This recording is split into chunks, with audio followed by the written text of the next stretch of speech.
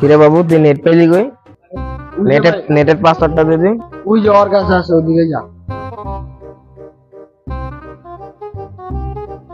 দোস্ত ওয়াইফাই পাসওয়ার্ডটা দে তো।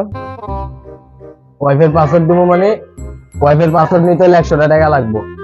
100 টাকা দে, তারপর ওয়াইফাই পাসওয়ার্ড দিতেছে।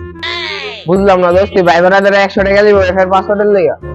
তুই ভাই বোনেদের দেখে তো তোর 100 টাকা চাইছি, তুই ওরে যাই জিগা পারলে ওকে আমি 200 টাকা নিচ্ছি, জানোস তুই? ধর 100 টাকা ধর, এখন ওয়াইফাই পাসওয়ার্ডটা দে ধর।